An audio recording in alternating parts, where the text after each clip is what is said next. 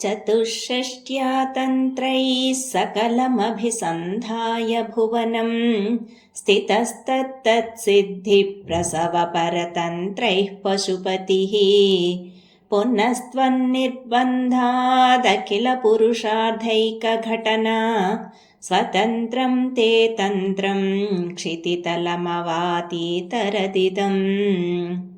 शिवः शक्तिः कामः क्षितिरथरविस्सीतकिरणः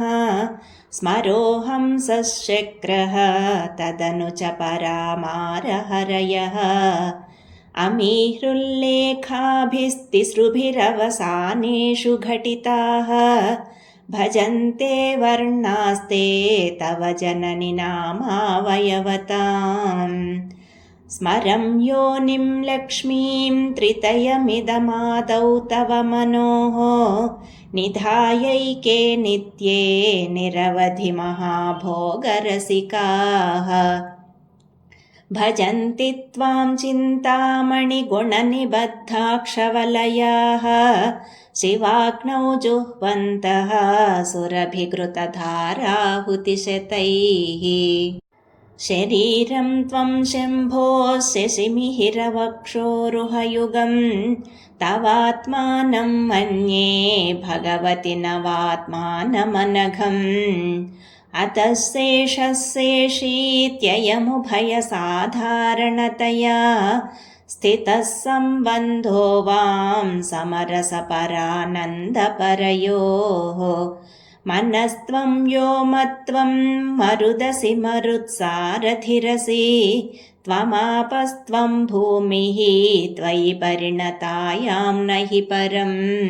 त्वमेव स्वात्मानं परिणमयितुं विश्ववपुषा चिदानन्दाकारं शिवयुवति भावेन बिभृशे तवाज्ञाचक्रस्थं तपनशशिकोटिद्युतिधरं परं शम्भुं वन्दे परिमिलितपार्श्वं परचिता यमाराध्यन् भक्त्या रविशशिशुचीनामविषये निरालोके लोके निवसति हि भालोकभुवने विशुद्धौ ते शुद्धस्फटिकविशदं व्योमजनकं शिवं सेवे देवीमपि शिवसमानव्यवसिताम् ययोः कान्त्या यान्त्या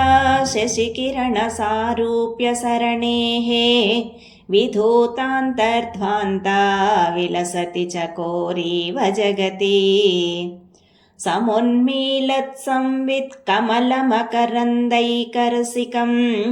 भजेऽहं सद्वन्द्वं किमपि महतां मानसचरम् यदालापादष्टादशगुणितविद्यापरिणतिः यदा दत्ते दोषात् गुणमखिलमद्भ्यः पय इव तव स्वाधिष्ठाने हुतवहमधिष्ठाय निरतं तमीडे संवर्तं जननि महतीं तां च समयां यदा लोके लोकान् दहति महति क्रोधकलिते दयार्द्राया दृष्टिः शिशिरमुपचारं रचयति तटित्वन्तं शक्त्या तिमिरपरिपन्थिस्फुरणया स्फुरन्नानारत्नाभरणपरिणद्धेन्द्रधनुषं